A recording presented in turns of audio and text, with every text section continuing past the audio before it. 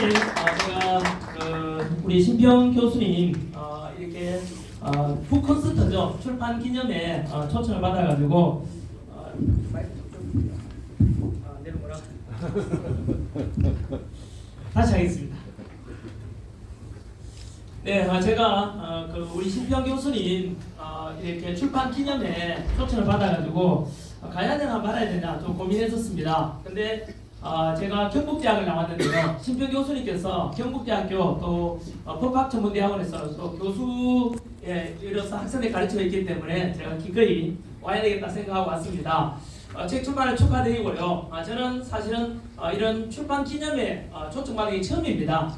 그래서 무슨 말을 어떻게 해야 될지 잘 가늠이 안 돼가지고 좋았습니다. 그래서 무엇을 이야기하면 되겠습니까 하니까 한국에서 우리가 미래 2030세대 지켜야 될 게 무엇이고 우리나라가 나아가야 될 방향이 어떤 것인가에 대해서 이야기를 좋겠다 이런 말씀 하셔가지고 오늘 제가 생각하는 대한민국이 지금 지켜야 될 것은 무엇이고 그리고 앞으로 나아가야 될 방향이 어떤 거로 갔으면 좋겠다에 대해서 간단한 생각을 말씀드리겠습니다.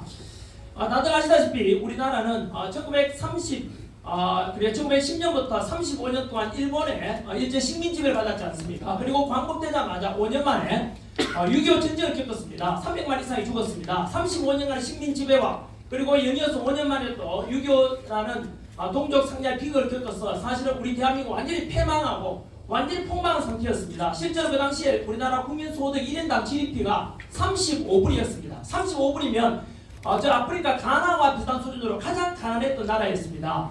그런 속에서 지하자원 하나 안 나오고 석유 한 방울 안 나는 대한민국에서 그 뒤로 어떻게 된지 아시지 않습니까? 현재 지난해 통계 기준으로 우리나라는 전 세계에서 제조업 강국 5위, 그리고 군사력 K망산 5위, 그리고 수출액은 작년에 6,800억 달러로서 우리보다 인구가 2배가 많은 일본하고 비슷한 수준이 되었습니다. 덧붙여서 우리나라 1인당 GDP가 35,000불로서 일본을 넘었습니다. 여러분 이거는요 이만저만한 대단한 나라가 아닙니다. 여러분 생각해 보십시오. 그 식민지배를 35년 동안 일본한테 받았지 않습니까? 6.25를 겪었지 않습니까? 지하자원 하나 안 나오고 남북이 이런 대체 상황 속에서도 우리나라가 이렇게 불과 광복된 지 한 70여 년 만에 전 세계에서 국력이 6위에 올랐습니다. 일본이 8위거든요. 그게 외국 통계입니다. 우리나라 통계 아니고. 그러면 우리나라가 어떻게 해서 이렇게 성장할 수 있었던가에 대해서 돌아보면은 당연히 우리 아버지 어머니 세대, 할아버지 할머니 세대들은 누리지 못하고 그분들께서는 오직 자식 위해서 국가 위해서 헌신하신 덕분에 지금의 대한민국이 이만큼 먹고 살만하게 되었다는 말씀드릴 수 있을 것이고 덧붙여서 정치 지도자들의 우리는 참 복이 많았습니다. 이승만 대통령하고 그리고 박정희 대통령을 통해서 확실한 공산주의로 가면 안 된다. 자유민주주의로 가야 된다. 그리고 산업화를 통해서 가야 된다 해서 그 산업화에 애쓰신 덕분에 지금 우리 보릿고기도 없어졌고 이만큼 먹고 살게 된 것입니다. 뿐만 아니고요.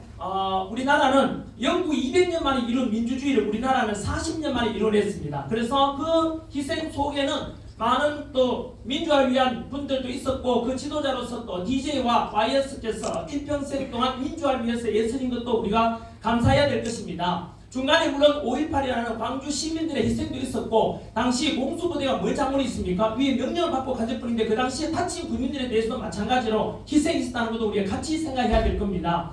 이런 희생과 헌신 덕분에 얕은 대한민국은 전 세계에서 지금 국력 6위라는 나라에 이르러서 전 세계에서 민주주의에 가장 성공한 나라, 산업화에 가장 성공한 나라로 꼽히는 게 대한민국입니다. 그래서 저는 역사 강사로서 학생들에게 늘 모든 국민들과 함께 이런 우리 대한민국의 국민 정말로 자랑스러운 현대사에 대해서 자부심을 가질 충분한 자격이 있다. 늘 감사하고 있어서는 안 된다. 덧붙여서 우리 지난 70여 년 전쟁이 없었지 않습니까? 역사적으로 우리 역사상 70여 년 이상 이렇게 전쟁이 없은 적이 잘 없습니다. 그것은 당연히 한미 상호 방위조약을 통해서 철저한 한미 동맹을 통해서 저 북한 바로 공산당을 막아낸 그 속에는 이승만 대통령의 업적과 더불어서 미군의 역시 도움이 있었습니다. 그래서 주한미군에 대해서 미국에 대해서도 늘 감사하는 마음 있지 않아야 될 것입니다. 제 역시 한참 전에는 성조기 흔들고 같이 기업견들에 대해서 좀 삐딱한 눈으로 보기도 했지만은 그분들의 생각이 옳았습니다.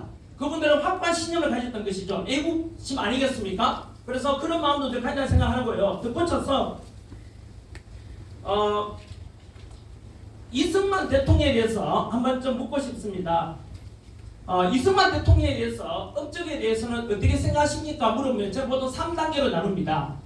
첫 번째는 이승만 대통령 하면은 독재자 해서 물론 3.15 부정선거 통해서 거기에 한거했던 4.19 혁명을 이어받는 게 우리 헌법 정신이기 때문에 그런 과오도 있었던 것을 인정해야 됩니다만은 그까지가 보통 1단계입니다. 독재자라는 거 보통 많은 사람이 말한다면은 하지만 2단계 올라가면 좀 더 알고 보면은 이승만 대통령이 그런 흑점도 있었어? 알게 될 건데요. 첫 번째 우리가 이승만 대통령이 미군 3년 광복위에 3년 통치하고 난 뒤에 이승만 대통령이 되어서 했는 일이 뭐냐면 농지개혁, 토지개혁, 농지개혁을 했거든요. 쉽게 말해 우리나라가 광복될 무렵에 그 당시에 대다수 80% 가까이가 소작농이었어요.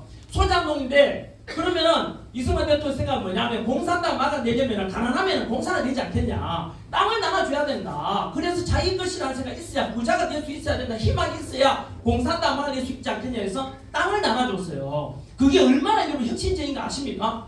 3정보 이상 땅을 가진 지주땅은 국가에 다 회수를 해요. 유상으로 매입하거든요. 소작농의 땅을요 유상으로 농사지어서 갚아내 나눠줘요. 요즘은 치면은 아파트 30평 이상까지만 인정하고 그 이상까지 사면 국가에 반납해라 이겁니다. 여러분 사회주의라고 생각되지 않습니까? 그 정도로 혁신적이었던 게 바로 농지개혁이었습니다. 그 이유는 바로 농민들한테 땅을 나눠줘야 되고 그 시행된 게 6.25 바로 3개월 직전이었습니다. 그러니까 6.25 일어나고 난 뒤에 북한의 박은영이가 김일성 명령만 내려왔을 때 좀 있어 봐라 한양 서울 점령을 하고 공산화 될 것이다 했지만 조용했어요. 그 이유 중에 하나는 물론 우리 춘천 지역에 또 우리 국군의 용감한 활동도 있었지만 그 이유 중에 하나가 뭐냐면 서울이 함락되고 나면 남한에는 바로 남노당 또는 공산당 애들이 폭동을 일으키시려 했는데 조용했어요. 이유가 바로 이승만 대통령께서 6.25 나기 3개월 전에 땅 나눠줬기 때문에 전부 다 내 땅을 지키겠다는 때문에 북한에 동조하지 않고 공산화를 막아낸 큰 힘이 되었거든요. 그런 덕분에 우리가 흔히 이런 말 하지 않습니까? 내가 이렇게 공부할 수 있고 대학 갈 수 있던 건 우리 아버지 어머니께서 논 팔아가지고 공부시킨 덕분이었는데 그 논 팔아는 게 누구 덕분인지 아세요? 그 이승만 대통령이 땅을 나눠줬기 때문에 우리 논이 있었던 거예요. 맞습니다. 그럼 그것에 대해서 우리가 탁월한 업적이고 우리처럼 2차 대전 이후에 신생 독립과 중에서 그렇게 땅 나눠주고 승호한 나라가 없습니다, 여러분. 굉장히 귀한 업적이라는 걸 알아야 되겠고요. 덧붙여서 우리가 광복 직후에 여러분 문맹자가 80% 가까이 됐어요. 그리고 그 당시에 미군이 들어와서 물었거든요. 너 좌파냐 우파냐 물으니까 80% 가까이가 78%입니다. 다 좌파였습니다. 쉽게 말하면 당시 우리는 문맹자가 80%였고 그리고 좌파들이 80%였지 않습니까? 전체 한반도가 남한 전체가 전부 빨간색으로 물들어 있었어요. 그럼 우리는 그 당시에 문맹자고 공산주의가 뭔지도 몰라. 아무것도 모르는데 여러분 그때 이승만 대통령이 뭐 했습니까? 공산당은 절대 합작하면 안 된다. 무조건 자유민주 지켜야 한다는 그 신념 때문에 국민들을 설득한 거예요. 설득해서 땅 나눠주고 공산하면 안 된다. 그거를 여러분 혁신, 발상의 전환, 혁명을 일으킨 사람이 바로 이승만 대통령이에요. 그 덕분에 여러분 자유민주주의 지키는 그 확고한 신념 때문에 우리는 공산당화 되지 않고 보십시오. 김일성한테 속아 공산주의 하자라는 했던 사람 지금 어떻게 됐습니까? 지금 북한의 신상이 그렇지 않습니까? 굶어 죽고 있는 우리나라가 아까 말씀드린 대로 국력 6위에 올라 이런 것은 위대한 업적의 기초에 바로 이승만 대통령이 있었던 것입니다. 뿐만 아니고 주한미군이 우리나라에 주둔할 때 여러분 어땠는지 아십니까? 미국이 있고 싶어서 있는 게 아니고 이승만 대통령이 목숨 걸고 지켜낸 겁니다. 그게 뭐냐면 이승만 대통령 국민의 정서를 생각할 때 나는 절대 휴전에 동의할 수 없다. 왜? 휴전하고 나면 위안부 철수해버리면 공산이 되는 거 아니냐 라고 해서 휴전을 반대했어요. 근데 그 당시에 미국은 이미 아이젠하워 대통령 선거 공약 때문에 무조건 휴전 하기로 돼 있어요. 그럼 어떡하지? 그때 이승만은 휴전을 못하겠다 이랬거든요. 그때 미국이 어떻게 했는지 아세요? 이승만 제거 작전에 들어갑니다. 근데 성공했을까요? 실패했습니다.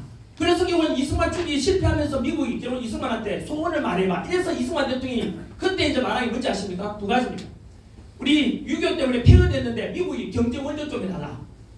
두 번째 한 게 바로 유엔군은 철수하더라도 미군은 남아달라 하고 그 이승만 덕분에 한미 상호 방위 조약이 체결돼서 지금 현재까지 우리나라에 주한미군이 주둔한 덕분에 중국이든 그리고 북한이든 우리나라에 손 못 대고 안보가 철저히 지켜진 이유라고 저는 생각합니다. 그래서 우리는 이러한 이승만 대통령에 대해서 그런 업적도 기억을 해야 한다는 말씀 꼭 드리고 싶고요. 세 번째가 뭔지 아십니까? 아까 뭐라 했죠? 1단계는 이승만 하면 뭐가 생각나지? 독재자. 그건 아주 무식한 단계라고 저는 말씀드리고 싶어요. 2단계가 뭐죠?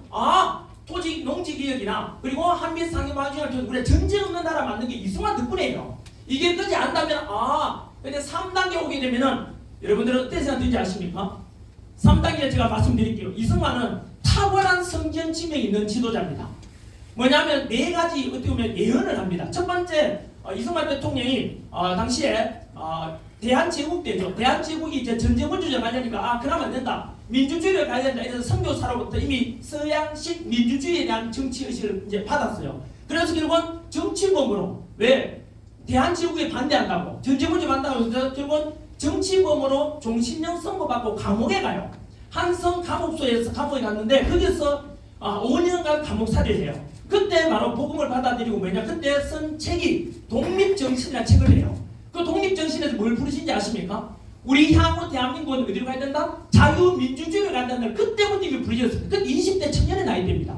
그러니까 지금 이제 우리나라가 민주화가 결국은 공산이 난다는 것에 대해서 이미 20대 청년 때 부르셨던 겁니다. 우리 대한제국 때. 그 뒤로 두 번째 예언이 뭐냐면은 1923년도 미국에서 독립운동할 때 있는데요. 그때 태평양이라는 잡지에서 뭘 쓴지 아십니까?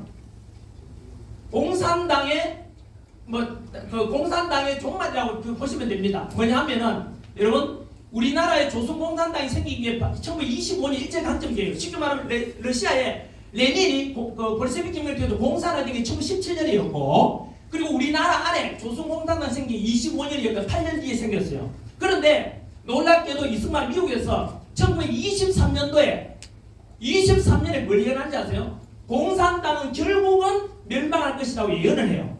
실제로 공산당 멸망 언제 됐습니까? 소련 붕괴가 1990년이니까 그 공산당 소련이 붕괴되기 67년 전에 공산당은 망할 수밖에 없다고 예언했습니다.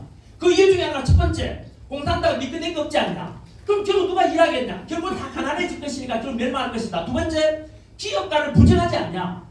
자본가를 부정하기 때문에 혁신이 없어서 결국은 퇴로하게 되면 점점 더 후퇴하게 될 것이다 라고 실에 반대했습니다. 그래서 결국은 이것처럼 이승만 대통령은 소련 붕괴되기 67년 전에 이미 공산당은 망할 수밖에 없다고 이미 그 당시에 부르셨어요. 세 번째가 이거는 미국에서도 유명한 겁니다.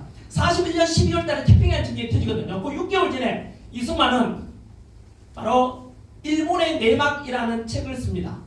바로 The Japan Inside Out이라는 책을 내는데요. 그게 어떤 일이 발생하는지 아세요?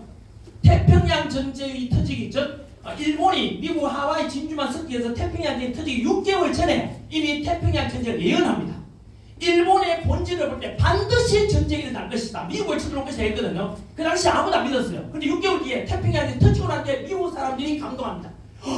그래서 이승만 책이 바로 그 당시에 그 책이 일본 내막기가 미국의 베스트셀러가 됩니다. 여러분. 이게 여러분 세 번째 성견지명 이거예요. 네 번째가 뭐겠습니까? 보통 역사를 잘못 가르치는 사람은 광복 이후에 이승만이 아직 대통령 되기 전에 미군정기 때 뭐 했느냐면 전국에 다니면서 정치 이제 운동할 때인데 그때 전라북도 정읍에 갔을 때 그 유명한 정읍반을 하거든요. 그 정읍반은 여기 뭔지 아십니까? 그 당시에 광복 직후에 미군하고 소련군이 들어왔지 않습니까? 일본군 무장 해제시킨다는 이유로 들어왔을 때 우리는 그 당시에 소련하고 같이 가야 된다, 북한하고 같이 가야 된다 여러 주장 속이 있을 때 이승만이 뭐라 했는지 아십니까? 바로 절대 공산당하고는 말이 안 통한다. 공산당하고 같이 섞일 수가 없으니까 남한 단독 정부를라도 수립하자라는 게 정읍 발언이었거든요. 그것에 대해서 어떤 사람들 분단주의자라고 말하는데 절대 그렇지가 않죠. 지금을 보십시오. 실제로 이승만 대통령이 그 당시에 이승만이 정읍 발언을 통해서 절대 공산당 같이 할 수 없다라고 이제 46년 6월이었어요. 2년 뒤에 우리나라 정부가 수립됐잖아요. 실제로 북한을 같이 못 갔잖아요. 성견지명이었죠. 그로부터 지금 70년이 지난 지금 어떻습니까? 북한 김정은 대화가 통합니까? 안 통하잖아요. 공산당은 말이 안 통하는 걸 이미 그때 이승만 대통령이 예언했던 것입니다. 다섯 번째 예언이 뭔지 아십니까?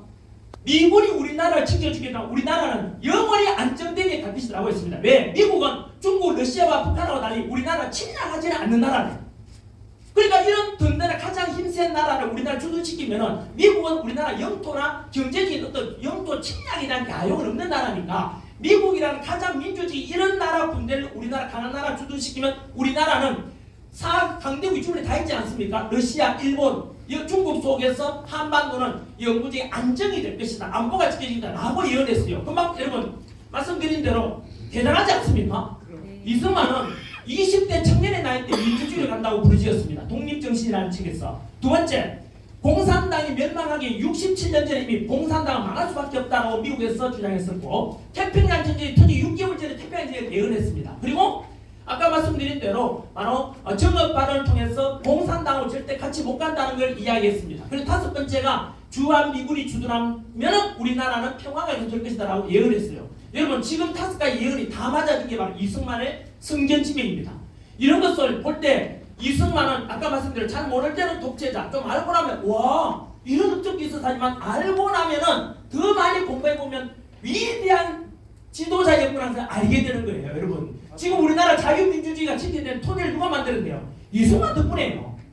그래서 저는 향후의 역사학계에서도 이런 이승만에 대해서 자꾸 독재자라고 학생들 가르칠 게 아니라 이런 것에 대해서도 좀 제대로 가르칠 필요가 있다고 생각이 들고, 근데 지난주에 오늘 갑자기 왜 이승만 이야기를 하지? 여러분 이승만 이유가 있습니다. 바로 지금 이 대한민국이 바로 이승만 대통령 통치하고 그 당시에 광복무렵에 우리 한반도에 공산당과 좌빨들이 바글바글 할 때처럼 대한민국이 지금 또 다른 위기에 이르렀습니다. 여러분 다 알다시피 지난 12월 3일 윤석열 대통령의 비상기업 선포 직전만 하더라도 그때만 하더라도 우리 한반도 이렇게 북한의 종북 세력이나 공산주의 북한 세력이 깊이 들어와 있는 줄 몰랐습니다. 맞습니다. 또한 중국이 이렇게 우리 한반도에 깊이 정치, 경제, 사회 이런 쪽에 깊이 뿌리 내리는 줄 몰랐지 않습니까? 네. 알았더라도 먹고 살기 바쁘니까 그냥 뭐 넘어가자 그냥 뭐 그런 일 생각했는데 비상기업을 통해서 뭘 하게 됐습니까? 너무 많이 알게 됐죠. 정치적으로 민주당이 그동안 해왔던 폐악질에 대해서 역사 유례지 없는 29번의 탄핵을 통해서 행정부 국가를 막으시기는 알게 되었고, 그막뭐 나의원께서 말씀하신 대로 국회 법사위 안에 또 소위원회가 있습니까? 그렇게 무조건 다수결이 아니라 우리는 소수 의견도 존중해야 되는데 그만큼 많은 표결을 통해서 밀어붙이겠다는 걸 처음 알았습니다. 이런 알게 되고 그뿐만 아니라 사법부의 카르텔, 우리법연구회, 공수처, 그리고 선관위, 그리고 마지막 지금 헌재 시간이 됐지 않습니까? 헌법재판도 마찬가지로 이렇게 편향된 줄을 누가 알았습니까? 우리가 이번 사건들이 비상기업이 아니었으면 헌법재판도 당연히 헌법과 법률에 따라서 재판할 걸 생각했지만 누가 알았습니까? 알고 보니까 뭐 지금 뻔한 거 아닙니까? 지금 헌법재판 이렇게 엉망인 줄 알게 된 것도 마찬가지, 언론도 마찬가지 아닙니까? 언론이 기존의 방송은 그렇구나라고 생각을 했지만 이번에 보십시오. 어제 윤석열 대통령의 마지막 최후 변론에 관한 그 장문의 글 어느 방송사에서 전문을 다 방송 잘 안 하지 않습니까? 네. 전부 다 언론사 자기들 유리한 대로 했으면 재난해버리고 그냥 끝냅니다. 국민들은 모두 모르는 겁니다. 실제로 그래서 언론이 아마도 지금 유튜브 없었으면 이미 우리나라는 박근혜 정부 때처럼 뭐 의지하든 안 하든 간에 박근혜 정부 때는 8대 0로 그냥 인용됐을 겁니다만은 이번에는 알아버렸습니다. 그 윤석열 대통령 덕분이기도 하고 너무 국민들이 많이 아는 분 덕분에 바로 기현선포 당시에는 당시에는 대통령 지지율이 10%였는데 지금 50% 넘게 가까이 왔지 않습니까? 그래서 저는 이 속에서 윤석열 대통령의 이제 정책에 대해서 보면서 돌아보니까 이승만 때 우리 긴장감처럼 우리가 딱 잘못하면 중국의 속국이 됩니다. 제2의 홍콩이 됩니다. 이미 우리는 여기 앉아 계시는 분들 이미 많이 끼어나가지고 많이 알고 계시겠습니다만은 대부분의 사람들은 설마 우리가 중국한테 못 끼었는가? 절대 그렇지 않습니다. 이미 친중 정치 세력이 너무나 노골화되어 있고요. 경제적으로도 바로 중국 자본이 얼마나 많이 들어가는지 아시죠? 여러분 중국은 우리나라보다 인구가 몇 배 많은지 아세요? 우리가 5천만, 중국은 15개가 30배가 많아 인구가. 그 다음 국토 면적 우리보다 95배가 넘으니까 거꾸로 말하면 우리나라보다 중국은 100배 가까이 넘어요. 국토 면적이. 중국이 생각할 때 사우스 코리아 어떻게 생각하겠어요? 국토 면적이 100분의 1밖에 안 되는 저 나라 쉽게 먹을 거라 생각하는데요. 화면 자본 어마어마무시합니다 여러분. 그런 소리 자본에 의해서 지금 여의도나 강남의 빌딩 건물들 얼마나 많이 중국인들이 사들였는데요. 그러다 좀 있다가 그것만 여론전 하지 않습니까? 오마오당 해가지고 지금 4천만 명 많게는 하버드대 연구 결과 아닙니까? 우리나라 인터넷 가서 뉴스 나오는 댓글에 전부 다 우리나라 저당끼리 뉴스만 뜨면 욕밖에 안 달립니다. 왜 그렇겠습니까? 그 속에는 4천만 명이 아니라 중국인들이 지난번에 중국 공식적으로 발표했지 않습니까? 우리나라 주한 중국 대사에서 뭐라 했습니까? 중국인들은 탄핵 찬성 집회에 가지 말라고 했지 않습니까? 그 말은 실제로 많이 갔다는 뜻입니다. 이만큼 중국은 우리나라에 정치적으로, 경제적으로, 사회적으로 너무나 많이 와 있습니다. 중국 공산당 확산시켜서 공자학당이라고 공자학원이라고 있는데 우리나라 전 세계에 제일 많습니다. 23개가 있습니다. 이 속에서 여러분 어떤 느낌이 듭니까? 저는 이번에 왜 일어났는데요.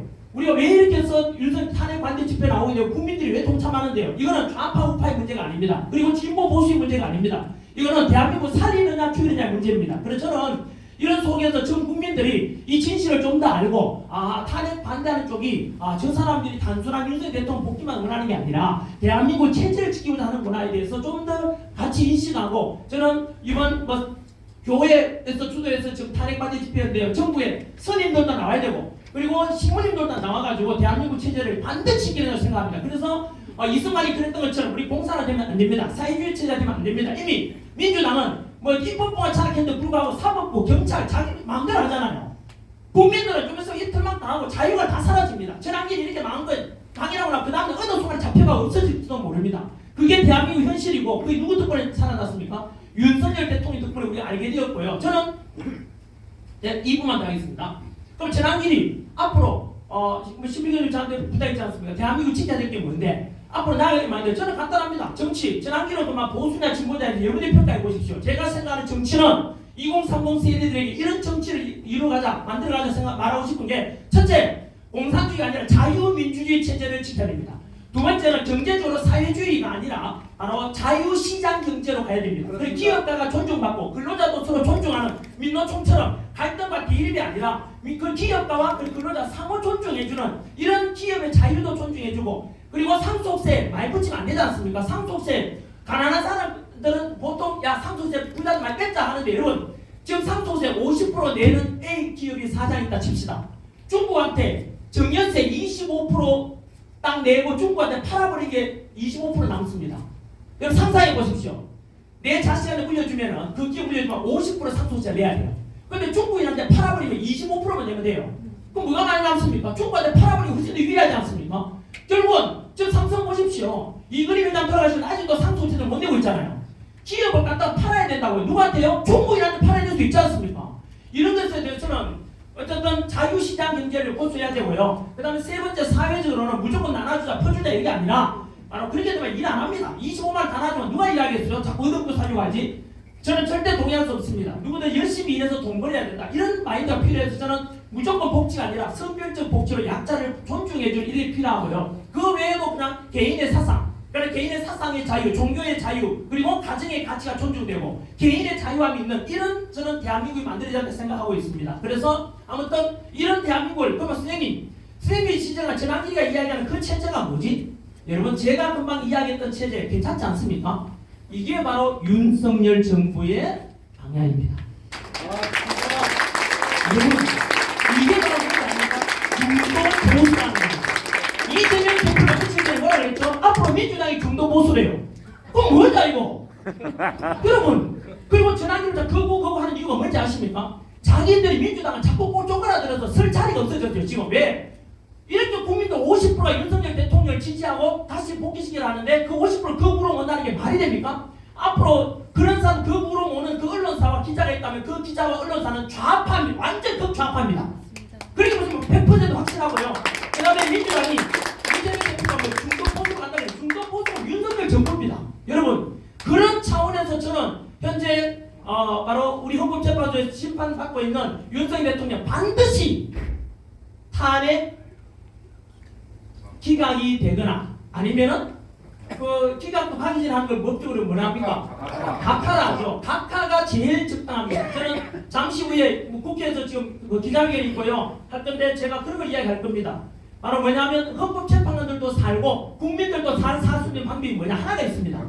지금 이대로 인용된다면 국민들이 가만히 있겠어요? 50% 국민이? 헌법재판소는 제 주장이 아니고요. 우리나라 헌법학계 최고 1인자가 허영 교수님입니다. 네. 허영 교수님, 신평선 죄송합니다. 허영 교수님은 아마 판검사들이나 변호사들 중에서 헌법 공부할 때 허영 교수님 책을 안 본 분이 없을 정도로 1인자예요. 그분이 뭐라 했는지 아세요? 지금 현재 그분이 두 가지를 지적했죠. 첫 번째 헌법재판소 안에 있는 불이한 재판관들 편향된 재판을 지적했고 두 번째는 그 심리 과정에서 10가지 범죄가 나타났대요. 위법한 10가지 나타나기 때문에 이대로 만약에 위법 사안 속에서 탄핵을 인용한다면 헌법재판소는 가루가 되어 사라질 것이다. 이게 허영 교수님의 멘트입니다. 전환기가 이야기하면 전환기를 또 뇌랑 소원장 이럴 건데 언론들을 당당히 보도하십시오. 허영 교수님께서 말씀하셨습니다. 이대로 탄핵 인용되면 헌법재판소는 가루가 되어 사라질 것이라 했고 그래서 저는 그 헌법재판관들도 사는 것이 뭐냐 만약 헌법재판 인용해버리면 국민들은 어떻게 되겠습니까? 둘로 쪼개집니다. 분열이 될 것이고 그래서 저는 반드시 각하되면은 절차적 문제도 아무 문제 없습니다. 그래서 무려 국회에서 탄핵 소추안을 헌법재판소에 보낼 때 80%가 바로 내란죄였는데 그 80%는 내란죄 빼고 지금 신내지 않습니까? 그래서 이 자체가 절차적인 모든 게 여기 나 있기 때문에 그래서 헌법재판관 8명이 사는 방법 하나, 국민들이 통합하는 방법 하나, 윤석열 대통령 이거 전부 다 하나 유일한 방법이 바로 각하밖에 없습니다. 그래서 저는 반드시 헌법재판관이 최종으로 살려면 국민들을 위해서도 국가를 위해서도 반드시 바로 허영 교수의 표를 빌려서 각하가 되거나 기각이 되거나 각하된다고 저는 생각하고요. 그래서 윤석열 대통령 반드시 복귀시켜가지고 직무 복귀해서 국가 시스템 정상화시키고 못다한 개혁을 하고 어제 윤석열 대통령께서 말씀하셨지 않습니까? 대통령 자리에 연연하지 않는다고. 얼마나 멋있습니까? 지도자는 원래 나라 일반생활을 하면 내가 사겠다 지도자니까 옆에 사람 죽든 말든 상관하는 사람 있는 반면에 내가 희생하겠다는 게 진리가 지도자입니다. 윤석열 대통령 자신도 없지 않습니까? 누구한테 주려고 하지 않지 않습니까? 박근혜 대통령도 우리가 탄핵 인용했지만 박근혜 대통령 애가 있습니까? 다 뭐 있습니까? 그분은 오직 국가밖에 없지 않습니까? 안 그렇습니까? 그분이 탄핵 인용을 챙겼습니까? 내고를 먹었습니까? 뭘 먹었습니까? 윤석열 대통령 마찬가지로 혼자 아닙니까? 자식이 없지 않습니까? 오직 국가를 위해서 헌신하겠다 했고 심지어 어제는 바로 대통령 임기도 남은 임기 다 나는 욕심 없다 그랬습니다. 오직 국가를 위해서 개혁을 한다면 개혁도 했어. 그래서 대통령 뭐 4년 중임 되든 그래서 그 희생까지 하겠다고 말씀하시지 않습니까? 이런 대통령, 이런 지도자 잘 없습니다, 여러분. 맞습니다. 그래서 저는 반드시 전 국민들이 교회 목사님이든 불교 믿는 분이든 가톨릭이든 간에 다 나와서 바로 전체 다모회가 대한민국에 윤석열 대통령 다시 탄핵 기각시키고 또는 각하시키고 복귀시켜서 대한민국을 다시 살려야 된다. 그래서 산업화 세력, 민주화 세력 그리고 안보 세력이 전부 하나가 돼서 대한민국이 다시 통하면서 아까 카우장님 게 뭐라고요? 이재명이 카우장한 게 뭐라고요? 윤석열 카우장한 게 중도 보수입니다. 이게 보수라는 게 옛날 걸 집착하는 게 보수가 아니에요. 보수라는 것은 우리가 인류의 수천 년 동안 싸우면서 소중한 가치, 가정, 사상의 자유, 개인의 자유 그리고 이런 것이 존중되는 게 진정한 보수입니다, 여러분. 그래서 저는 합리적 보수, 중도 보수라 해서 이런 보수로 나아가는 것이 대한민국의 바람직한 방향이라고 저는 생각합니다. 감사합니다.